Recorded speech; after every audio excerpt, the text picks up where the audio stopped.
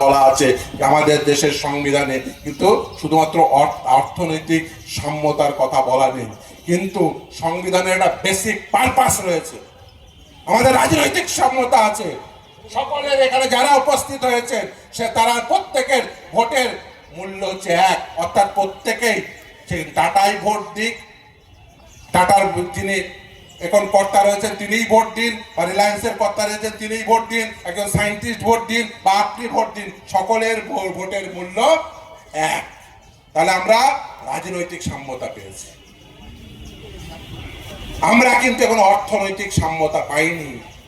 সেটার প্রশ্নে লড়াই যেমন একদিকে চলবে, তাই পরিযায়ী শ্রমিককে এই সাংবিধানিক অধিকার দিতে হবে যে সে ভারতবর্ষের যে কোনো প্রান্ত থেকে যে কোনো প্রান্তে যেতে পারে, বসবাস করতে পারে, তার শ্রমদান করতে পারে। সমভাবে ওবিসি সুবিধাও যিনি হকদার তাকে দিতে হবে, যিনি SC ST fake SC ST করে যিনি প্রকৃত হকদার তাকে বঞ্চিত করা যাবে না। সর্বশেষে বলি, এই মঞ্চটি উনি বারবার বলেন না, of the people, by the people, for the people, এই মঞ্চটি হচ্ছে exactly of the people, by the people, for the পিপলের জন্য। এই মঞ্চটি ভারতীয় নাগরিকদের জন্য।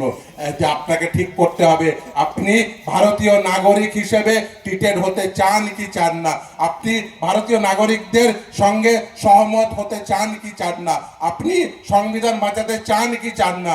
তাই বন্ধু, আসুন একসঙ্গে মিলে এই শপথ নিই যে আমাদের সংবিধান রক্ষা করতে হবে, আমাদের অধিকার রক্ষা করতে হবে। আর এই রাষ্ট্রকে সুন্দর করে গড়ে তুলতে গেলে সংবিধান আমাদের রক্ষা করতেই হবে।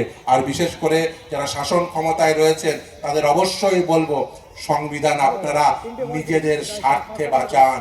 বিশেষ করে সরকারি আধিকারিক, পুলিশ কর্তা থেকে শুরু করে রাজ্যের মুখ্যমন্ত্রী, প্রধানমন্ত্রীদের বলবো, তার কারণ সংবিধান হলো একটি রাষ্ট্রের জন্য চুক্তিপত্র। সেটা হচ্ছে নাগরিকের সঙ্গে রাষ্ট্রের চুক্তিপত্র।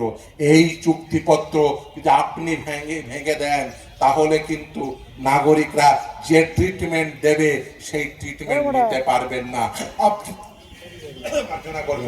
আপনি যদি মনে করেন যে নাগরিকদের রক্ত চুষে নেব, কিন্তু যদি চোষার এই যে নাগরিকদের রক্ত চোষাটা যদি নাগরিক ঘুরিয়ে দেয়, তার নাগরিক যদি রক্ত চুষতে শুরু করে তাহলে কি পরিণতি হয়, তার উদাহরণ কিন্তু শ্রীলঙ্কা বাংলাদেশে রয়ে গেছে। ফলে সাধু সাবধান, যত তাড়াতাড়ি এটা বুঝবেন ততই আপনাদের মঙ্গল। অতএব জনগণের মঙ্গল নয়, নিজের মঙ্গল করার জন্য সংবিধানকে আরো শক্তিশালী করুন, না হলে ভবিষ্যৎ কিন্তু আপনাদের জন্য বেশি অন্ধকারময়। এ কথা মাথায় রাখবেন।